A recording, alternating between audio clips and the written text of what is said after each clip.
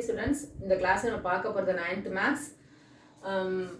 அதில் வந்து ஃபர்ஸ்ட் நம்ம செட் ஆப்ரேஷன்ஸ் எல்லாம் பார்த்துருவோம். செட் ஆப்ரேஷன்ஸ்லாம் என்னென்னு பார்த்தோம்னா யூனியன், அப்புறம் இன்டர்செக்ஷன், அப்புறம் டிஃப்ரென்ஸ், இதெல்லாம் பார்த்துட்டோம் நம்ம செட் ஆப்ரேஷன்ஸில். இந்த செட் ஆப்ரேஷன்ஸை யூஸ் பண்ணி ப்ராப்பர்ட்டிஸ் பார்க்க போகிறோம். இப்போது properties of set operations, competitive property. அதில் வந்து காம்படிட்டிவ் ப்ராப்பர்ட்டினா ரெண்டே செட் மட்டும் தான் நம்ம யூஸ் பண்ண போகிறோம். ஒன்று வந்து யூனியனுக்கு, ஒன்று இன்டர்செக்ஷனுக்கு. அதாவது A union B is equal to B union A. ஏயும் பியும் நம்ம வந்து ரெண்டு செட்டையும் நம்ம சேர்த்துட்டோம்னா பியும் ஏயும் சேர்க்குற அந்த செட்டுக்கு ஈக்குவலாக இருக்கும். அதான் காம்படிட்டிவ் ப்ராப்பர்ட்டி. அதே மாதிரி ஏக்கும் பிக்கும் காமன் எலிமெண்ட்ஸ் எடுத்து எழுதிட்டு பிக்கும் ஏக்கும் காமன் எலிமெண்ட்ஸ் எதுனாலும் சேம் தான் வரப்போகுது. ஸோ இது ரெண்டு வந்து competitive property of set union and set intersection. இது வந்து எக்ஸசைஸ் 1.4ல் இந்த இந்த ரெண்டு ப்ராப்பர்ட்டி பார்ப்போம். Associative property and competitive property பார்ப்போம். அசோசியேட்டிவ் ப்ராப்பர்ட்டியில் பார்த்தீங்கன்னா எல்லாமே வந்து ஒரு left hand side, right hand side, அது ப்ராக்கெட்குள்ளே எல்லாமே பார்த்தீங்கன்னா எல்லாமே யூனியன்னா யூனியன் தான் இருக்கும், இன்டர்செக்ஷன்னா இன்டர்செக்ஷன் தான் இருக்கும். இப்போ சாதாரணமாக வந்து ஃப்ளாட்ஸ் எல்லாம் இருக்குதுன்னா அசோசியேஷன் வந்து ஃபார்ம் பண்ணி வச்சிருக்காங்கன்னு சொன்னால் அங்கே எல்லாருமே ஒத்துமையாக இருக்கணும். அப்போது ஒத்துமைனா எல்லாமே யூனியன்னா யூனியன் தான், இன்டர்செக்ஷன்னா இன்டர்செக்ஷன் தான். அது மட்டும் ஞாபகம் வச்சுக்கோங்க. இது மெமரி டெக்னிக் தான். அது A union B union C is equal to A union B union C. பிரித்து படிங்க, ப்ராக்கெட்டோட தனியாக படிங்க. இது வந்து associative property of set union. இது வந்து பார்த்தீங்கன்னா associative property of set intersection. A intersection B intersection C is equal to A intersection B intersection C. இதில் என்ன ஒன்றுமே இல்லை. இதில் செட் பியும் சியும் ஃபர்ஸ்ட் நம்ம கனெக்ட் பண்ணிக்கிறோம். அதுக்கப்புறமே வந்து இங்கே ரைட் ஹேண்ட் சைட் போகும்போது ஏயும் பியும் ஃபர்ஸ்டே சேர்த்துக்கிறோம். அதுதான் இங்கே உள்ள டிஃப்ரென்ஸ். அதாவது ப்ராக்கெட் வந்து இங்கே ட்ரான்ஸ்ஃபர் ஆகும். பிசியில் உள்ள ப்ராக்கெட் வந்து ஏபிக்கு ட்ரான்ஸ்ஃபர் ஆகிடும். அதே மாதிரி தான் இங்கேயும். ஸோ இப்போ வந்து இதை நம்ம இந்த ரெண்டு ப்ராப்பர்ட்டியும் நம்ம வந்து ஃபஸ்ட்டு எக்ஸசைஸ் 1.4ல் ஃபுல்லாகவே இதை பற்றி தான் பார்க்க போகிறோம். அடுத்து டிஸ்ட்ரிபியூட்டிவ் ப்ராப்பர்ட்டி. டிஸ்ட்ரிபியூட்டிவ் ப்ராப்பர்ட்டியில் பார்த்தீங்கன்னா அசோசியேட்டிவ் ப்ராப்பர்ட்டி மாதிரி யூனியன்னா எல்லாமே யூனியன், இன்டர்செக்ஷனா எல்லாம் இன்டர்செக்ஷனாக இருக்காது. இப்போ வந்து A intersection B union C, A intersection B union சின்னு இருக்கு. பார்த்தீங்கன்னா பிராக்கெட் வெளியில இன்டர்செக்ஷன், பிராக்கெட்குள்ள வந்து யூனியன் இருக்கும். அது வந்து நம்ம அந்த இது வந்து left hand side, right hand side போனீங்கன்னா வெளியில உள்ள இன்டர்செக்ஷன் வந்து பிராக்கெட்டுக்கும், பிராக்கெட் உள்ள யூனியன் வந்து வெளியிலையும் வந்துடும். பாருங்க, இதெல்லாம் வந்து சும்மா ஒரு மெமரி டெக்னிக் தான். இப்போ பாருங்க எப்படி இப்போ வந்து ஒரு இது வந்து ஸ்வீட்டும் காரமும் வச்சுக்கோங்களேன். உனக்கு ஃபர்ஸ்ட் ஸ்வீட்டை டிஸ்ட்ரிபியூட் பண்றாங்க, அதுக்கப்புறமே உனக்கு காரத்தை டிஸ்ட்ரிபியூட் பண்றாங்க. அது மாதிரி ஒரு ஞாபகத்தில் வச்சுக்கோங்க. So A intersection B union A intersection C தான் இங்கே வரும். அதே மாதிரி இங்கே பாருங்க, A union B intersection A union C போட்டிருக்கோமா. ஸோ இது டிஸ்ட்ரிபியூட்டிவ் ப்ராப்பர்ட்டி. இன்டர்செக்ஷன் யூனியன் மாறி மாறி இருக்கும். இங்கே வந்து இந்த அசோசியேட்டிவ் ப்ராப்பர்ட்டி போடும்போது வெறும் 4 ஸ்டெப்ஸ்லேயே நமக்கு ஆன்சர் கிடைச்சிடும். அதாவது லெஃப்ட் ஹேண்ட் சைடுக்கு 2 ஸ்டெப்ஸும் ரைட் ஹேண்ட் சைடுக்கு 2 ஸ்டெப்ஸும் போடும்போது நம்ம ரெண்டுமே ஈக்குவலாக தெரிஞ்சிடும். டிஸ்ட்ரிபியூட்டிவ் ப்ராப்பர்ட்டிக்கு ஃபர்ஸ்ட் ப்ராக்கெட்டில் உள்ளதை போடுவோம், அதுக்கப்புறமே வந்து இது போடுவோம். லெஃப்ட் ஹேண்ட் சைடுக்கு 2 ஸ்டெப் வரும். ரைட் ஹேண்ட் சைடு பார்த்தீங்கன்னா இந்த ப்ராக்கெட் தனியாக, இந்த ப்ராக்கெட் தனியாக, அதுக்குமே ஃபுல்லாக சேர்த்து போடும்போது ஒன்று வரும். ஸோ மொத்தமாக 5 ஸ்டெப்ஸ் வரப்போகுது. இப்போ டிமார்கன் லாஸ். டிமார்கன் லால வந்து மொத்தமாக 2 டைப்ஸ் இருக்கு. ஒன்று வந்து டிஃப்ரென்ஸ்க்கு, இன்னொன்று வந்து காம்ப்ளிமெண்டேஷனுக்கு. டிஃப்ரென்ஸ்னா நம்ம மைனஸ் யூஸ் பண்ணுவோம், காம்ப்ளிமெண்டேஷனா டேஷ். அதாவது ஏற்கனவே நம்ம வந்து ஃபர்ஸ்ட் எக்ஸசைஸ்ல பார்த்தோம் ஏ காம்ப்ளிமெண்ட். ஏ பவர்ல சி மாதிரியும் போடலாம், இல்லைன்னா பவர்ல டேஷ் மாதிரியும் போடலாம், ஏ டேஷ்ன்ட்டு. அது வந்து இப்போ 2 டைப்பும் பார்க்கலாம். De Morgan's law of set difference பார்த்தீங்கன்னா ஏ மைனஸ் பி யூனியன் சி, ஏ minus B union C. Distributive property மாதிரி கொஞ்சம் லைட்டா வரும் இதுல. அதை பாருங்க, ஏ மைனஸ் பி, திருப்பி ஏ மைனஸ் சி போடுவோம். இந்த யூனியன் என்ன மாறிடும், இங்கே இன்டர்செக்ஷனா மாறிடும். ஏன்னா இங்க யூனியன் பண்ணீங்கன்னா இங்க இன்டர்செக்ஷன்ல தான் அது வந்து ரெண்டு சைடும் சேமா இருக்கும். அதே மாதிரி இங்க பாத்தீங்கன்னா ஏ மைனஸ் பி இன்டர்செக்ஷன் சி. இதை எப்படி எழுதலாம், ஏ மைனஸ் பி ஏ மைனஸ் சின்னு போடுவோம். இது ஒரே சம் கொடுத்து இது ரெண்டும் கேட்டாங்கன்னா ஏ மைனஸ் பி, இந்த right hand side A minus B A minus C வந்து சேமாவே தான் இருக்கும். இங்க வந்து இன்டர்செக்ஷன் பண்ணுவோம், இங்க யூனியன் பண்ணுவோம். அப்ப ரெண்டுத்தோட ஆன்சரும் ஈக்குவலாவே இருக்கும். அடுத்தது De Morgan's law for complementation. De Morgan's law for complementation. இங்க வந்து நம்ம மைனஸ் கொடுத்துருப்போம், 3 செட்ஸ் யூஸ் பண்ணிருப்போம். இங்க வந்து நம்ம டேஷ் கொடுத்துருப்போம், இங்கேயும் 3 செட்ஸ் தான் யூஸ் பண்ணிருப்போம். எங்க எனக்கு சிஏ இல்லையேன்னு கேட்பீங்க. நம்ம இங்க யூஸ் பண்ண போறது டேஷோ இல்லைன்னா காம்ப்ளிமெண்டோ இருந்தா நமக்கு தெரியாம அன்னோனா ஒரு செட் இருக்கோ அதான் யூனிவர்சல் செட். ஏன்னா யூனிவர்சல் செட் இல்லாமல் நீ காம்ப்ளிமெண்ட்டோ போட முடியாது, காம்ப்ளிமெண்ட் ஆஃப் செட்ஸ் வந்து போடவே முடியாது. ஸோ இதுக்கும் 3 செட்ஸ் தான், ஏபிசிங்கிற 3 செட்ஸ் யூஸ் பண்ணுவோம் டிமார்கன் லா ஆஃப் டிஃபரன்ஸ்க்கு. அதை மாதிரி நீங்கள் டிமார்கன் லா ஆஃப் காம்ப்ளிமெண்டேஷனுக்கும் 3 செட்ஸ் தான் யூஸ் பண்ணுவோம், ஏ பி அண்ட் யூனிவர்சல் செட்ஸ். ஏன்னா யூனிவர்சல் செட் இல்லாமல் நம்ம வந்து டேஷ் கண்டுபிடிக்க முடியாது. ஸோ இதெல்லாம் ப்ராப்பர்ட்டிஸ் ஆஃப் செட் ஆப்ரேஷன்ஸ். இதில் காம்படிட்டிவ் ப்ராப்பர்ட்டியும் அசோசியேட்டிவ் ப்ராப்பர்ட்டியும் யூஸ் பண்ணி எக்ஸசைஸ் 1.4 பார்க்க போகிறோம். பேஜ் நம்பர் 22ல இருக்கு. ஃபர்ஸ்ட் பி கியூ ஆர் எஸ்ன்னு 4 செட்ஸ் கொடுத்துட்டாங்க. ஃபைண்ட் த ஃபாலோயிங்னு ஒரு 3 சப்டிவிஷன்ஸ் கொடுத்துருக்காங்க. இதில் first subdivision P union Q union R. P first நம்ம என்ன பண்ணணும், இது மாதிரி இருந்துச்சுன்னா 2 மார்க் கொஸ்டின்ல தான் வரும். இது பி யூனியன் கியூனா ஃபர்ஸ்ட் பிராக்கெட்ல என்ன இருக்கோ அதுதான் ஃபர்ஸ்ட் எப்போதுமே போடணும். செட் லாங்குவேஜ்ல பிராக்கெட்ல உள்ளதை ஃபர்ஸ்ட் போடணும், அதுக்கப்புறமே ஃபுல் செட்டும் சேர்த்து போடணும். ஸோ இப்போ பிராக்கெட்ல உள்ளதை ஃபர்ஸ்ட் பிரிச்சு வச்சிட்டோம் பாருங்க. பி யூனியன் கியூன்னு போட்டாச்சு. பியில் என்னென்ன எலிமெண்ட்ஸ் இருக்கு, கியூல என்னென்ன எலிமெண்ட்ஸ் இருக்குன்னு பார்த்துட்டு ரெண்டு சேர்த்து எழுத போறோம். சேம் எலிமெண்ட் ரிப்பீட் பண்ணக்கூடாதுங்கிறது ஏற்கனவே கிளாஸ்ல பார்த்தாச்சு. ஸோ பி கியூ பாருங்க, 1 இருக்கு, 2 ரெண்டுத்துலையுமே இருக்கு, அப்புறம் 3 5 7 9 11. ஸோ பி யூனியன் கியூங்கிறது என்னது, ரெண்டுத்தையும் சேர்த்து எழுதணும். பியையும் கியூவும் சேர்த்து எல்லா எலிமெண்ட்ஸும் எழுதணும், சேம் எலிமெண்ட் ரிப்பீட் ஆகக்கூடாது. ஸோ இங்கே பார்த்தீங்கன்னா 1 2 டைம்ஸ் இருந்தால் 1 தான் போடணும். 3 இருக்கு, அப்படியே கரெக்டாக ஆர்டராக எழுதிக்கோங்க. 4 இல்லை, ஸோ 5 இருக்கு. அடுத்தது 6 இல்லை, ஆனால் 7 இருக்கு. 8 இல்லை, 9 இருக்கு. 10 இல்லை, 11 இருக்கு. ஸோ பி யூனியன் கியூ போட்டாச்சு. அடுத்து என்ன பண்ண போகிறோம், கிடைச்சிருக்க பி யூனியன் கியூவோட எதை சேர்க்கணும், நம்ம ஆரையும் சேர்த்து எழுதணும். So P union Q union R. இப்போ இந்த எலிமெண்டோட இந்த 3 4 5 7 9 மட்டும் சேர்க்கணும். இருக்கிற எலிமெண்டா சேம் எலிமெண்ட் வந்துச்சுன்னா விட்டுடுங்க, மற்ற இல்லாத மட்டும் எடுத்து எழுதிக்கோங்க. இங்கே பாருங்க, இப்போ இதையும் நீ வந்து ஆர் மட்டும் தான் பார்க்கணும். இதை எடுத்து தனித்தனியான சின்ன குழந்தைங்க மாதிரி போட வேண்டாம், நம்ம டைரக்டாவே பண்ணலாம். இங்கே ஆரை பார்த்துக்கோங்க. 1 இல்லை, ஸோ ஃபர்ஸ்ட் 1 எழுதிக்கலாம். 2 இல்லை, அதையும் எழுதிக்கலாம். இங்கே ஆனால் 3 இருக்கு, இங்கேயும் 3 இருக்கு, ஸோ எழுதிக்கோங்க. இங்கே 4 இல்லை, ஆனால் இங்கே 4 இருக்கு, அதையும் எழுதிக்கோங்க. 5 6 இல்லை, 7 9, இங்கே 11 இல்லைனாலும் இங்கே இருக்கு. So P union Q union R ஓட வேல்யூ இதுதான். அடுத்து second subdivision P intersection Q intersection R.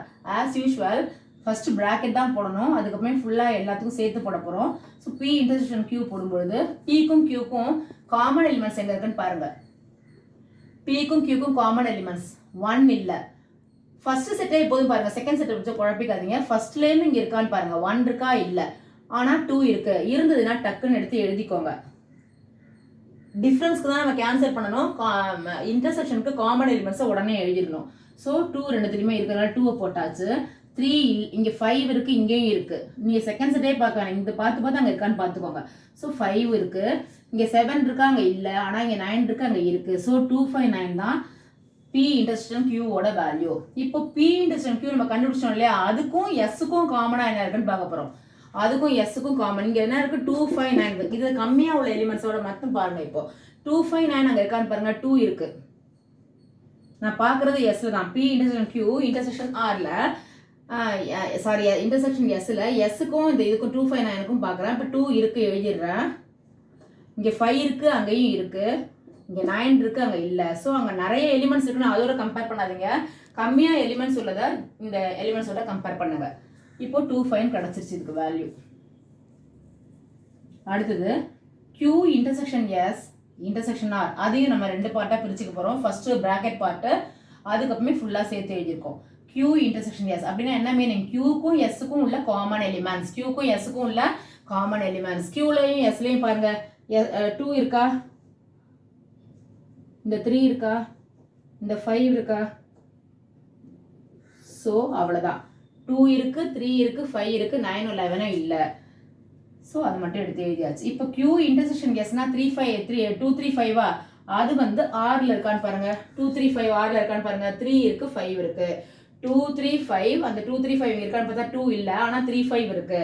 So 3 and 5 தான் இதோட ஆன்சர். ஸோ இது மாதிரி பிராக்கெட்லாம் இருந்ததுன்னா ஃபர்ஸ்ட் பிராக்கெட் பார்ட்டை போட்டு அதுக்கப்புறமே ஃபுல் பார்ட்டும் போடுங்க.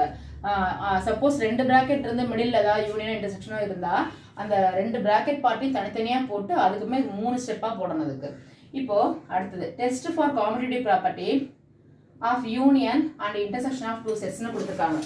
சரியா? இப்போ பார்த்தீங்கன்னா இல்லை 2 செட்ஸ் கொடுத்துருக்காங்க. P is equal to real numbers between 2 and 7 சொல்லியிருக்காங்க. ஸோ P நம்ம எப்படி எடுத்துக்கலாம்னு சொன்னால் இது கொஞ்சம் டிஃபிகல்ட்டான சம் தான். P வந்து நம்ம எப்படி எழுதுறோம்னா 3, 4, 5, 6ன்னு எழுதுறோம். Q எப்படி எழுத போகிறோம்? Irrational number. இரேஷனல் நம்பர்னா இன்ஃபினிட்டி இரேஷனல் நம்பர்ஸ் இருக்கும் 2க்கும் 7க்கும் நடுவில். இருந்தாலும் நம்ம தேவையான சும்மா 2, 3 மட்டும் எடுத்து எழுதிக்க போகிறோம். எப்படி இரேஷனல் நம்பர்ஸோட டெசிமல் பாயிண்ட் வைக்கிறதுலாம் இரேஷனல் நம்பர். இப்போ Q 2க்கும் 7க்கும் பிட்வீன்ங்கிறதுனால 2க்கு அப்புறமே 3யும் 7க்கு அப்புறமே 7க்கு முன்னாடி இல்லை 6 வரைக்கும் தான் நம்ம சொல்ல போகிறோம் டெசிமல் பாயிண்ட்ல இரேஷனல் நம்பரில். அப்படி பார்த்தோம்னா இங்கே பாருங்களேன் 2 சொன்னோன்னா ஸ்கொயர் ரூட் ஆஃப் 2ன்னு சொன்னா வரும் 1.414 வந்து ஆன்சர். இப்போ இது வந்து ஒரு இரேஷனல் நம்பர். ரூட் 2 போட்டோம்னா அதே மாதிரி √3 போட்டாலும் என்ன வருது 1.732. இது வந்து நீங்கள் 10th எல்லாம் போகும்பொழுது இந்த 8thலேயே வந்திருக்கு. ஆனால் 10th எல்லாம் போகும்போது அடிக்கடி இது யூஸ் பண்ணுவீங்க. ஸோ உங்களுக்கு மெமரி ஆகிடும் இந்த நம்பர்லாம். ஸோ இது √3 இஸ் ஈக்குவல் டு 1.732. சரி இப்போ 4க்கு போடுறேன். 4க்கு போட டேரக்டாக 2 வந்துடுது. ஸோ இப்போ இந்த நம்பர்லாம் வர சான்ஸ் இல்லை. இங்கே √3 √2லாம் வர சான்ஸே கிடையாது. √4ம் வர சான்ஸ் கிடையாது. ஏன்னா √4 நம்ம போடும்போது அது இரேஷனல் நம்பரே கிடையாது.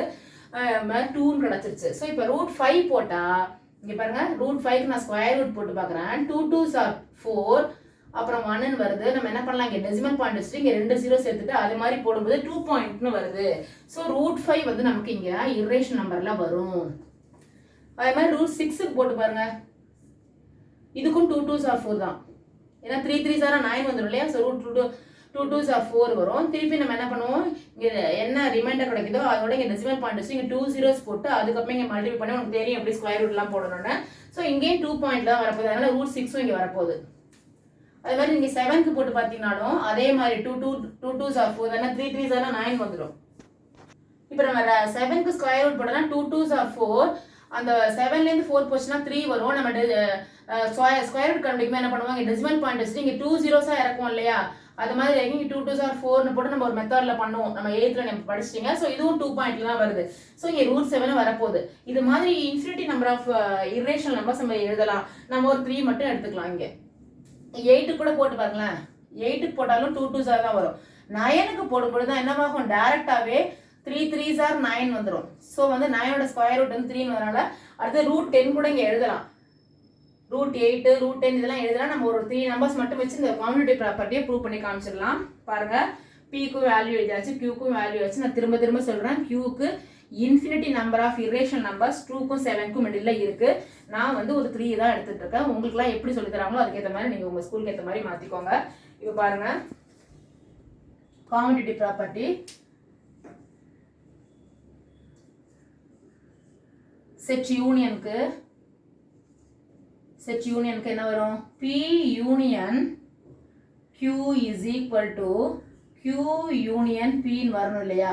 ஸோ P யூனியன் Q போடுங்க. நீங்கள் P யூனியன் Q போடும்போது 3 4 5 6 √5 √6 √7 எக்ஸெட்ரா 3 4 சேர்த்து எழுதிட்டேன். அவ்வளோதான். √5 √6 √7 இன்னும் நிறைய எழுதலாம். நான் இதோட எடுத்துக்கணும்னு திரும்ப சொல்லியாச்சு. ஸோ இது வந்து 1 ஃபர்ஸ்ட் பார்ட். அதே மாதிரி Q யூனியன் Pயும் சேம் இதே தான் வரப்போகுது. 3 4 5 6 √5 √6 √7 இது செகண்ட். ஸோ இங்கே 1ம் 2ம் ஈக்குவலாக இருக்கா? இங்கே 1ம் 2ம் ஈக்குவலாக இருக்கிறதுனால நம்ம அந்த competitive property of set union வந்து வெரிஃபைடு. நம்ம வந்து இது ஓகே இது வந்து சாட்டிஸ்ஃபை ஆகுது அப்படின்னு போட்டுடலாம். Q யூனியன் P வந்து நமக்கு வெரிஃபைடுன்னு போட்டாச்சு. அடுத்து பாருங்க இதிலே காம்படிட்டிவ் ப்ராப்பர்ட்டி செட் இன்டர்செக்ஷன் வேற கேட்டிருக்காங்க. அப்போ என்ன பண்ண போகிறோம்? P இன்டர்செக்ஷன் Q போடுங்க. Pக்கும் Qக்கும் இன்டர்செக்ஷன் போடும்போது இங்கே வந்து பார்த்தீங்கன்னா காமனாக எதுவுமே இருக்காது. ஸோ நல் செட். அதே மாதிரி Q இன்டர்செக்ஷன் இது வந்து 1ன்னு வச்சுக்கோங்க. Q இன்டர்செக்ஷன் Pயும் போட்டிங்கனாலும் அப்பயும் நல் செட் தான் வரும். இது 2ன்னு வச்சுக்கோங்க. So 1 equal to 2. அப்போனா என்னவாகுது? இதுக்கும் வந்து P intersection Q is equal to Q intersection Rன்னு நம்ம வெரிஃபை பண்ணியாச்சு. அடுத்தது சம் நம்பர் 3. சம் நம்பர் 3ல ஏபிசின்னு 3 செட்ஸ் கொடுத்துருக்காங்க. Verify associative property of set union and set union மட்டும் தான் கேட்டிருக்காங்க, இன்டர்செக்ஷனுக்கு கேட்கல. அவங்க கேட்காம இது மாதிரி மொட்டையா வந்து வெரிஃபை அசோசியேட்டிவ் ப்ராப்பர்ட்டின்னு மட்டும் கொடுக்குறாங்க. நீங்கள் என்ன பண்ணணும், ரெண்டு அசோசியேட்டிவ் ப்ராப்பர்ட்டி நான் உங்களுக்கு 2 சொல்லி கொடுத்தேன் இல்லையா, அது ரெண்டுமே போடணும். இப்போ நம்ம இங்கே போட போகிறது வெறும் யூனியனோடது மட்டும்தான். So A union B union C is equal to A union B union C மட்டும் போட போகிறோம். இப்போ இதை வந்து நம்ம 2 பார்ட்டாக பிரிச்சுக்க போகிறோம், left hand side right hand சைடுன்னு. லெஃப்ட் ஹேண்ட் சைடு எடுத்துட்டோம்னா ஃபர்ஸ்ட் பிராக்கெட் பார்ட், இப்போ தானே சொன்னேன் உங்களுக்கு, first bracket part B union C is equal to பியையும் சியையும் சேர்த்து எழுதுங்க. M N P M N P Q S T Q S T. இது வந்து பி யூனியன் சி மட்டும், இந்த பிராக்கெட் பார்ட் மட்டும். இப்போ அடுத்த செகண்ட் பார்ட் என்னன்னா ஃபுல்லாக சேர்த்து போகிறது A union B union C. இந்த பி யூனியன் சியோட ஏயையும் சேர்க்க போகிறோம். ஏ எங்கன்னா பிக்யூஆர்எஸ் பிக்யூஆர்எஸ் பிக்யூஆர் மட்டும் தான் இல்லை, ஸோ நம்ம ஆரை மட்டும் மிடில் சேர்க்க போகிறோம், அவ்வளோதான். பிக்யூஆர்எஸ் நம்ம வந்து ஏயோட வேல்யூ இங்கே ஆல்ரெடி பிக்யூஎஸ் எல்லாம் இருக்குது, நம்ம ஆர் மட்டும் தான் இங்கே மிஸ் ஆகுதா, ஏல உள்ள ஆர் மட்டும், அது மட்டும் இடையில சேர்த்துக்கோங்க. M N P Q RST. இது வந்து லெஃப்ட் ஹேண்ட் சைடில் ஃபர்ஸ்ட் முடிஞ்சிருச்சு. இப்போ ரைட் ஹேண்ட் சைடு எடுத்துக்கோங்க.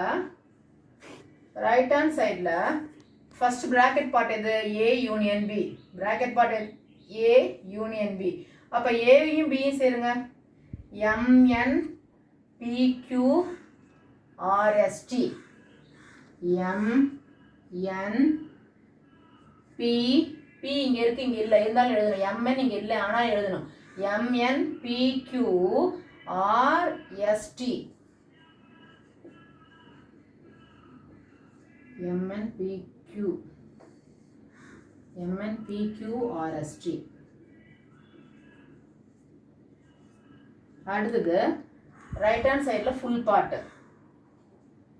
ஏ union B union C is equal to, இப்போ ஏ யூனியன் பியோட எதை சேர்க்க போறோம்னா சி பார்ட்டை சேர்க்க போறோம். எம்என் பிக்யூஎஸ் எம்என் பிக்யூஎஸ் எல்லாமே இருக்கு, ஸோ அப்படியே எடுத்து எழுத வேண்டியதான்.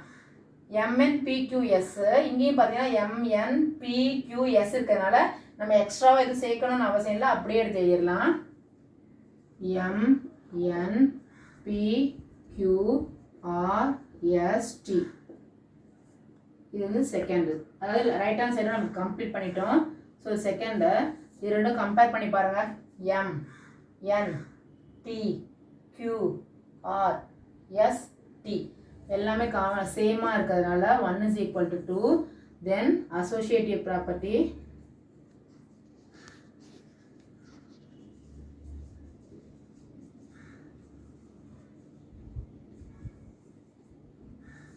செட் யூனியன் நம்ம என்ன பண்ணிட்டோம், வெரிஃபை பண்ணிட்டோம். இப்போ இந்த நம்ம சம் நம்பர் 2ல வந்து P intersection Q is equal to Q intersection Rன்னு போட்டேன், அது Q இன்டர்செக்ஷன் P தான்.